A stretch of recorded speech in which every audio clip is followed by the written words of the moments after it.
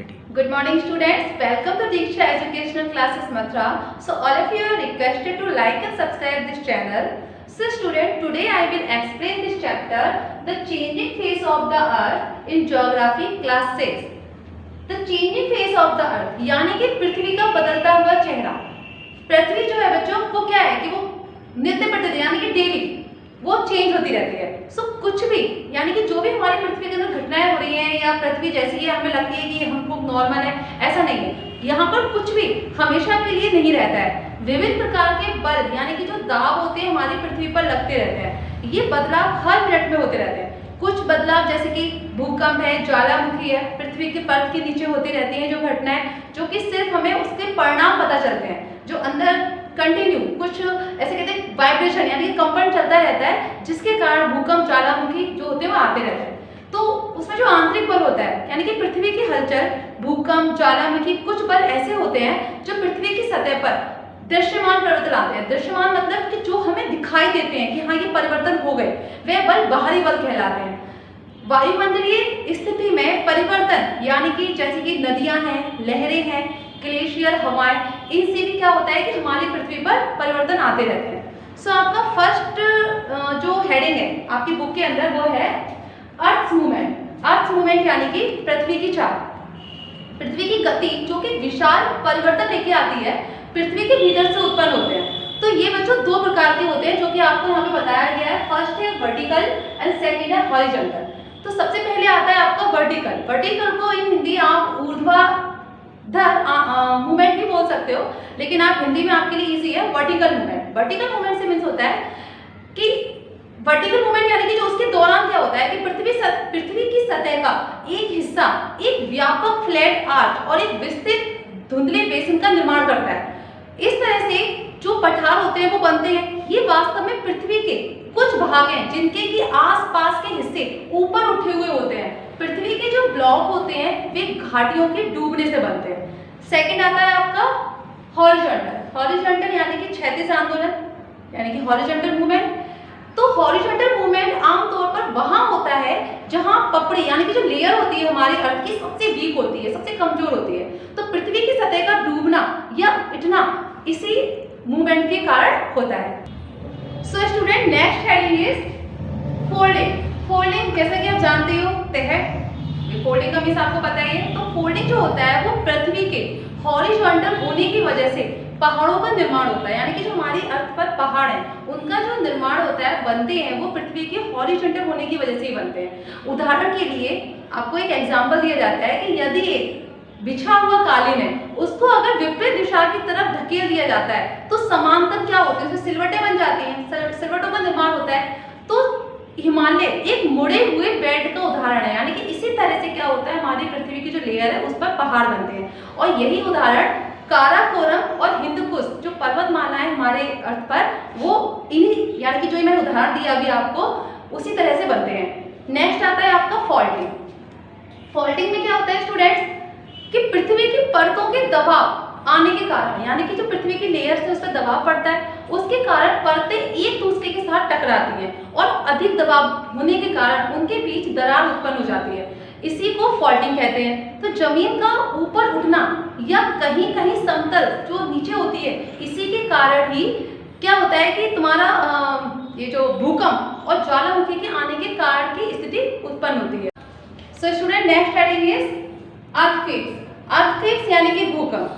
भूकंप के बारे में जो इंट्रोडक्शन है बच्चों वो आपकी बुक के अकॉर्डिंग ये है कि जब लिथोस्फेरिक प्लेट है जो हमारी लेयर्स होती है वो जमीन से नीचे चलती है या मूवमेंट करती हैं, क्योंकि अंदर क्या है, लावा है, गर्म है, तो वो चट्टानें तैरती हैं, तो कह सकते हैं कि हलचल करती है। तो पृथ्वी की सतह क्या करती है, कंपन करती है। यानी कि नीचे जब कोई चीज मूवमेंट करेगी तो ऊपर क्या होगा, वाइब्रेशन होगा। तो ये कंपन पृथ्वी के अंदर चारों ओर गति करते हैं और यही कंपन क्या होता है, भूकंप कहलाते हैं। अब ये कंपन क्या होता है कि कभी तेज होता है, कभी कम होता है। तो कम होता है तो उससे कोई हानि नहीं होती है, लेकिन जब ये जो वाइब्रेशन तेज होता है तो इससे क्या होता है कि जितना भी मतलब इमारतें तक गिर जाती हैं, काफी सारे संपत्ति का विनाश होता है, जीवन का भी विनाश होता है। तो लेकिन अब ये जो गति है वो कितनी धीमी है या तेज है, तो इसके लिए एक यंत्र है सिस्मोमीटर। उस सिस्मोमीटर यंत्र से ये तीव्रता नापी जाती है कि जो भूकंप की जो तीव्रता थी वो कितनी तेज थी, कितनी कम थी। So student, coming next heading, what causes an earthquake, यानी कि जो भूकंप आने के कारण है वो क्या क्या है। तो हम पृथ्वी की सबसे ऊपरी लेयर पर रहते हैं, यानी कि जो सबसे ऊपरी परत पर रहते हैं जिसे क्रस्ट कहते हैं, लेकिन पृथ्वी के नीचे बहुत गर्मी है और पृथ्वी की लेयर में दरारें भी हैं, जिन्हें फॉल्ट्स कहते हैं। अचानक से प्रत्येक तरफ की जमीन हिल सकती है क्योंकि ये पिघली हुई चट्टानों पर तैरती है। मैंने अभी आपको हेडिंग में बताया था कि वो पिघली हुई चट्टानें क्या होती है, तैरती है गर्मी से। तो चलती हुई बारूदी सुरंगें कभी कभी एक दूसरे से टकरा जाती हैं, जिससे क्या होता है कि जमीन हिल जाती है और उसके रिजल्ट ये होता है कि भूकंप आता है। So next heading is effects of earthquake, यानी कि भूकंप के प्रभाव। अब ये भूकंप भी आ गया, भूकंप के कारण भी हो गए। अब ये होता है कि भूकंप जब आता है तो वो क्या इफेक्ट करके जाता है, उसके प्रभाव क्या होते हैं। तो भूकंप पृथ्वी की लेयर को ऊपर नीचे करने के लिए विस्थापित करते हैं।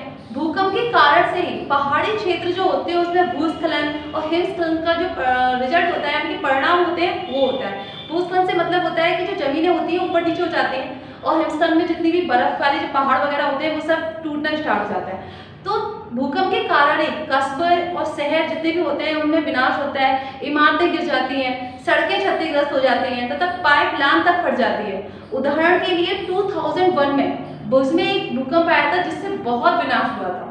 फिर एक 2005 में आया था कश्मीर के मुजफ्फराबाद नगर में, वहाँ भी जितनी भी मतलब जो काफ़ी संपत्ति थी, काफ़ी लोगों का भी मतलब डेथ वगैरह हुई थी। सो नेक्स्ट हेडिंग है आपकी वॉल्केनोस। वॉल्केनोस में क्या है, वॉल्केनो का मीन्स है ज्वालामुखी। ज्वालामुखी एक प्राकृतिक घटना है जिसके माध्यम से पिघला हुआ पदार्थ चट्टानों से बाहर निकलता है, यानी कि अंदर से दबाव पड़ता है तो वो चट्टानों से बाहर फेंक दिया जाता है। तो पृथ्वी के अंदर क्या है, अत्यधिक गर्मी है और दबाव के कारण वो पिघलकर फट जाते हैं, और जिस चट्टान से वो पिघली हुई चट्टान का लावा बाहर निकलता है उसे हम ज्वालामुखी कहते हैं। तो दुनिया के अधिकांश जो ज्वालामुखी हैं वो सक्रिय हैं, जो कि प्रशांत महासागर के चारों ओर वृत्ताकार बेल्ट में स्थित हैं, जिन्हें हम पैसिफिक रिंग ऑफ फायर के नाम से भी जानते हैं।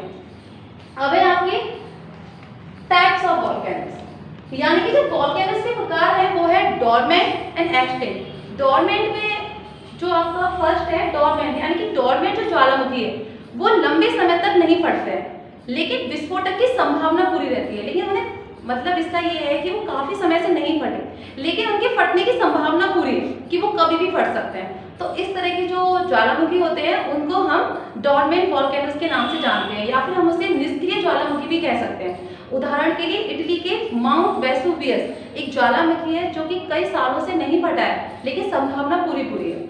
सो नेक्स्ट है आपका एक्सटिंक्ट। एक्सटिंक्ट का मीन्स होता है स्टूडेंट सक्रिय ज्वालामुखी। सक्रिय ज्वालामुखी जो कि एक ज्वालामुखी जिसमें निरंतर ज्वालामुखी गतिविधि होती रहती है, यानी कि लावा बाहर निकलता रहता है और कभी भी उसके विस्फोट हो सकता है, वो सक्रिय ज्वालामुखी कहलाता है। उदाहरण के लिए हवाई में मौना लोआ और किलाउआ और इटली में एटना नामक ऐसे ज्वालामुखी हैं जो सक्रिय हैं।